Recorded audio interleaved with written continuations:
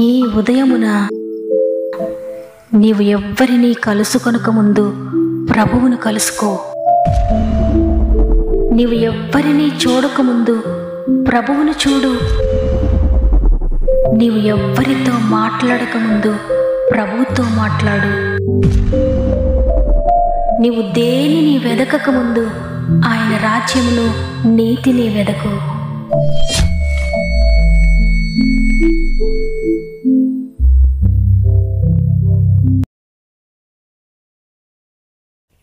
Praise the lord. ఈ ఉదయకాలమున God first అనే వాగ్దాన కార్యక్రమానికి హృదయపూర్వకంగా మిమ్మల్ని అందరినీ ప్రేమతో ఆహ్వానిస్తూ ప్రభువైన యేసుక్రీస్తు నామములో నా యొక్క హృదయపూర్వకమైన శుభములు మీ అందరికీ తెలియజేస్తూ ఉన్నాను. ప్రియ దేవుని బిడ్డలారా, ఈ ఉదయాన్ని మీరు అందరూ ఎలా ఉన్నారు? ఆయన కృపను బట్టి మీరు ముందుకు సాగుతున్నారని, మీ ప్రతి పరిస్థితిలో కూడా దేవుని సహాయాన్ని పొందుకుంటున్నారని నమ్ముతున్నాను. ఎందుకంటే ప్రతిరోజు మిమ్మల్ని ధైర్యపరచడానికి దేవుడు నేనున్నాను అని వాగ్దానం ద్వారా నేను బలపరుస్తున్నారు. ఆయన మాట ఇచ్చి నెరవేర్చే దేవుడు. వాగ్దానం ఇచ్చి దాన్ని నెరవేర్చడం ఆయనకు తెలుసు, కానీ దానిని వెనక్కి తీసుకోవడం ఆయనకు తెలియదు. కాబట్టి మీ పరిస్థితులను బట్టి కృంగిపోక, ఎటువంటి పరిస్థితులు, ఎటువంటి వ్యాధులు, ఎటువంటి బాధలు మీకున్నా దేవుని మాటను బట్టి ధైర్యం తెచ్చుకోండి. ఆయన మాట మిమ్మల్ని బలపరుస్తుంది. ఆయన మాట మిమ్మల్ని బ్రతికిస్తుంది. ఆయన మాట ద్వారా మీరు అనేకమైన అద్భుతాలు చూడబోతున్నారు. అందువల్ల ప్రార్థనతో, వాక్యంతో మీరు మనం ప్రారంభించండి. అదేవిధంగా సమస్యలు, శోధనలో ఉంటే తప్పకుండా మీ ప్రతి ప్రార్థన అవసరతను కామెంట్స్ ద్వారా నాకు తెలియచేయండి. దేవుడు నా హృదయంలో పెట్టిన భారమును బట్టి మీ అందరి కోసం భారం కలిగి ప్రార్థిస్తున్నాం. అయితే దేవుడు మీ ప్రార్థన కొరకు చూస్తున్నాడు, మీ సమర్పణ కోసం ఎదురు చూస్తున్నారు. కాబట్టి ప్రార్థించండి, విజయాలు పొందుకోండి. ప్రార్థన ద్వారా జరగని కార్యం ఏదీ లేదు. ప్రార్థన మీ ప్రతి పరిస్థితిని మార్చబోతుంది. మీ జీవితంలో ఉన్నది లేనట్లుగా, లేని వాటిని ఉన్నవాటిగా ప్రార్థన మార్చబోతోంది. కాబట్టి చివరి ప్రార్థనలు ఏకీభవించండి. విశ్వాసంతో పరిశుద్ధాత్మ దేవుని కార్యములు పొందుకోండి. సమస్త మహిమ, ఘనత, ప్రభావములు దేవునికి చెల్లునుగాక. ఈరోజు ప్రభు మనకు అనుగ్రహిస్తున్న బలమైన వాగ్దానం హెబ్రీలకు వ్రాసిన పత్రిక 13వ అధ్యాయము 8వ వచనము. యేసుక్రీస్తు నిన్న నేడు ఒక్కటే రీతిగా ఉన్నాడు, అవును యుగయుగములకు ఒక్కటే రీతిగా ఉండును. ఆమేన్. ఈరోజు ఈ వాగ్దానాన్ని వింటున్న ప్రియ సహోదరి, ప్రియ సహోదరుడా, మనం ఈ లోకంలో చూచేది మారిపోయే ప్రేమలు, మనం ఈ లోకంలో అనుభవించేది మారిపోయేటువంటి పరిస్థితులు. అయితే మనం నమ్మిన ప్రభు మాత్రం మారని దేవుడు. ఆయన నిన్న నేడు నిరంతరము ఒక్కటే రీతిగా ఉన్నాడు. ఎప్పుడు ఆయన ఒక్కటే రీతిగా నిన్ను ప్రేమిస్తున్నాడు. ఆయన ఎప్పుడు ఒక్కటే రీతిగా నిన్ను క్షమించడానికి సిద్ధంగా ఉన్నాడు. ఈ లోకంలో అందరి ప్రేమలో కూడా మనం మార్పులు చూస్తాం కదా. భార్య ప్రేమలో మార్పు కలగచ్చు, భర్త ప్రేమలో మార్పు కలగచ్చు, తల్లిదండ్రుల ప్రేమలో మార్పు కలగచ్చు, బిడ్డల ప్రేమలో మార్పు కలగచ్చు, బంధువుల ప్రేమలో, స్నేహితుల ప్రేమల్లో, ఈ లోకంలో అందరి ప్రేమలో కూడా మనం మార్పు చూస్తాం. కానీ మనం నమ్మిన ప్రభు మాత్రం నిత్యము ఒకే ప్రేమతో, అంటే శాశ్వతమైన ప్రేమతో మనల్ని ప్రేమిస్తూ ఉన్నాడు. మనం జారిపోయిన పరిస్థితుల్లో, మనం తప్పిపోయిన పరిస్థితుల్లో, ఆయన గాయాలను రేపుతూ ఉన్నా, ఆయనను హింసిస్తూ ఉన్నా, ఆయనను గాయపరుస్తూ ఉన్నా, ఆయన మాటను వ్యతిరేకిస్తూ ఉన్నా, ఆయనను ప్రశ్నిస్తూ ఉన్నా కూడా ఆయన మాత్రం ఎడతెగక మనల్ని ప్రేమిస్తున్నారు. ఎడతెగక మనల్ని క్షమిస్తూ ఉన్నారు. ఎడతెగక మనపైన కృపను చూపిస్తూ ఉన్నారు. ఈ లోకంలో ప్రభుత్వాలు మారిపోతున్నాయి, యుగాలు మారిపోతున్నాయి, తరాలు మారిపోతున్నాయి, మనుషులు మారిపోతూ ఉన్నారు, వారి మాటలు మారిపోతూ ఉన్నాయి. కానీ ప్రభువు ఎప్పటికీ మారని దేవుడిగా ఉన్నాడు. సృష్టి ఆరంభంలో ఆయన ఎలా ఉన్నారో, ఏ శక్తిని కలిగి ఉన్నారో, ఏ ప్రేమను కలిగి ఉన్నారో, సృష్టి ముగింపు వరకు కూడా ఆయన అలానే ఉంటాడు. నీ జీవితంలో నీకు ఎదురవుతున్న పరిస్థితులను బట్టి పోటుకొకలా మనుషులు మారిపోతారు, నీ స్వంత వారే మారిపోతారు. నీవు వారితో ఉండే విధానాన్ని బట్టి వారు మారిపోతూ ఉంటారు. అయితే ప్రభు నీ పరిస్థితులను చూసి మారిపోయే దేవుడు కాదు. దేవుని విషయంలో నీ మాటలు మారిపోయినా, నీ ప్రవర్తన మారిపోయినా, నీ క్రియలు మారిపోయినా, నీవు ఆయనకు వ్యతిరేకంగా జీవిస్తూ ఉన్నా కూడా నిన్ను చూచి, నీ క్రియలను చూసి ఆయన మారిపోడు. ఆయన నిత్యము ఒకేలా నేను ప్రేమిస్తున్నాడు. నేను మారని వాడను, యుగయుగములు నేను ఒక్కటే రీతిగా ఉంటానని వాగ్దానం చేసిన దేవుడు అదే విధంగా నిన్ను ప్రేమిస్తున్నాడు. అదే విధంగా నేను క్షమిస్తున్నాడు. సృష్టి ఆరంభంలో ఆయన ఎంత అద్భుతకరమైన సృష్టిని శూన్యంలో చేశాడో, అంధకారంగా ఉన్న, చీకటిగా ఉన్న శూన్యంలో ఎంత అద్భుతకరమైన సృష్టిని ఆయన చేశాడో. ఈరోజు నీ జీవితంలో అదే అద్భుతాలు చేయగలరు ఆయన. శూన్యంగా ఉన్న నీ జీవితంలో నూతన సృష్టించగలరు. చీకటిగా ఉన్న నీ జీవితాన్ని నేను వెలిగించగలడు. ఎందుకు పనికి రాకుండా ఉన్న నిన్ను పనికొచ్చే పాత్రగా ఆయన చేయగలడు. నీవు ఒకవేళ అనుకుంటూ ఉన్నావేమో, దేవుడు అప్పుడు నా జీవితంలో ఎన్నో కార్యాలు చేశాడు, నేను దేవుణ్ణి నమ్ముకున్నప్పుడు ఎన్నో అద్భుతాలు నేను చూచాను, అటువంటి కార్యములు ఇప్పుడు నేను చూడడం లేదండి, నా జీవితంలో జరగడం లేదండి అని నువ్వు అనుకుంటున్నావేమో. లేదు, ఆయన మారని దేవుడు. నీవిప్పుడు అప్పుడు నమ్మినట్లుగా నమ్మితే ఆయన అదే కార్యములు, అంతకంటే గొప్ప కార్యములు కూడా నీ జీవితంలో ఏ నిమిషంలోనే చేయగలడు. ఇప్పుడు కూడా అటువంటి అద్భుతాలు నువ్వు జీవితంలో చూడగలవు. నేను ఘోరమైన పాపిని కదా, నేను దేవునికి దూరం అయిపోయాను కదా, దేవుడు నా ప్రార్థన వినడు, ఆయన నాకు జవాబు ఇవ్వడు, ఆయన నా జీవితంలో కార్యం చేయడని అనుకుంటున్నారేమో.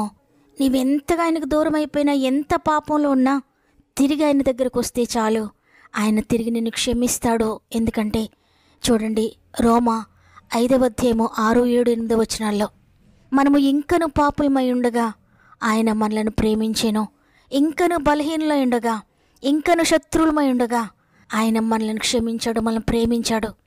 కాబట్టి దేవుని బిడ్డలారా, ప్రభువుకు నీ మీద ఇంకా అదే ప్రేమ, అదే కనికరము, అదే జాలి, అదే క్షమాపణ ఉంది. ఆయన మారని దేవుడు. ఆయన శక్తి అప్పుడు ఎలా ఉందో ఇప్పుడు కూడా అలానే ఉంది. ఆయన క్షమాపణ అప్పుడు ఎలా ఉందో ఇప్పుడు అలానే ఉంది.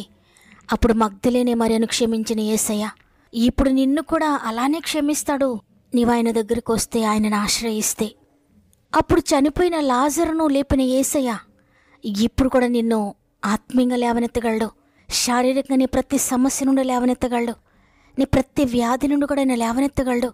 ఒకవేళ మరణప్పుడు అంచుల్లో ఉన్న మరణము నుండి కూడా నిన్ను లేవనెత్తగలడు, విడిపించగలడు నీవు నమ్మినట్లయితే. అదేవిధంగా అప్పుడు హన్నా గర్భం తెరిచి గర్భఫలం ఇచ్చిన దేవుడు ఇప్పుడు కూడా నీవు విశ్వసించినట్లయితే నీ గర్భాన్ని తెరవడానికి, నీకు గర్భఫలం ఇచ్చి నీ జీవితంలో అద్భుతం చేయడానికి ఆయన సిద్ధంగా ఉన్నారు. అదేవిధంగా అప్పుడు గ్రుడ్డివానికి చూపునిచ్చిన ప్రభు ఇప్పుడు కూడా నిన్ను ఆత్మీయ శారీరక గ్రుడ్డితనం నుండి విడిపించడానికి సిద్ధంగా ఉన్నాడు, శక్తిమంతుడుగా ఉన్నాడు. నీవైనను ఆశ్రయిస్తే, నీవైనను వేడుకుంటే, నీవైన దగ్గరకు వస్తే, అయ్యా నన్ను ఈ ఆత్మీయ గ్రుడ్డితనం నుండి విడిపించండి అయ్యా, ఈ శారీరక గ్రుడ్డితనం నుండి విడిపించండి అయ్యా, నన్ను నీ కొరకు వాడుకోండి తండ్రి, నేను నీ కొరకు చూస్తాను, నీ కొరకు మాట్లాడతాను, నా జీవితం నీ కొరకని నీవు గనుక సమర్పించుకుంటే అద్భుతకరంగా నిన్ను నడిపిస్తాడాయన. ప్రతి గ్రుడ్డితనం నుండి నేను విడిపించి ఆయన కొరకు నిన్ను వాడుకుంటాడు. కాబట్టి ఈరోజు ఈ వాగ్దానం వింటున్న ప్రియ సహోదరి, ప్రియ సహోదరుడా, దేవుడు మారిపోయాడు, ప్రభు నా జీవితంలో కార్యం చేయలేదు అనుకోవద్దు. ఒకవేళ నీవే మారిపోయావేమో, ఒకవేళ నీవే ఆయనకు దూరం అయిపోయావేమో, ఈరోజు సరి చేసుకుందామా? తండ్రి, నీవు మారని దేవుడవయ్యా, నేనే మారిపోయానయ్యా, నేనే నీకు దూరం అయిపోయానయ్యా, నన్ను క్షమించండి అని అందరూ హృదయపూర్వకంగా ఈరోజు దేవునికి మన జీవితాన్ని సమర్పించుకుంటూ ఆయనను ఘనపరుద్దామైన స్తుతిందాం. నరులెల్లా మారినా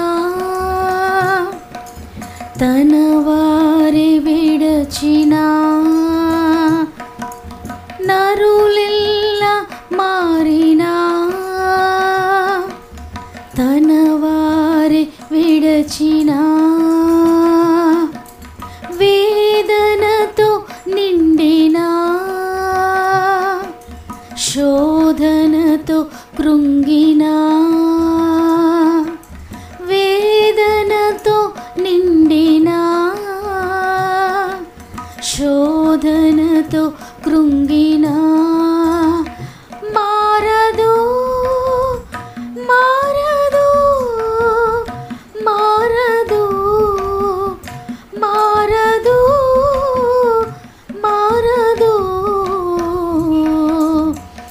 మధురమైన ప్రేమ నాదు యేసు ప్రేమ, మరపురాని ప్రేమ నాదు యేసు ప్రేమ, మారదు మారదు మారనే మారదు, మారదు మారదు మారనే మారదు, తల్లిదండ్రి విడచినా, సతి సుతులే మరచినా,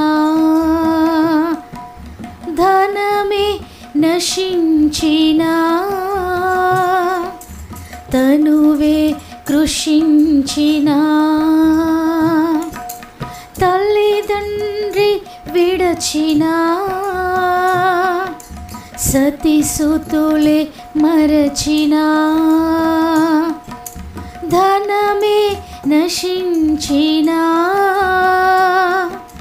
తనువే కృషించినా మారదు మారదు మారదు మారదు మారదు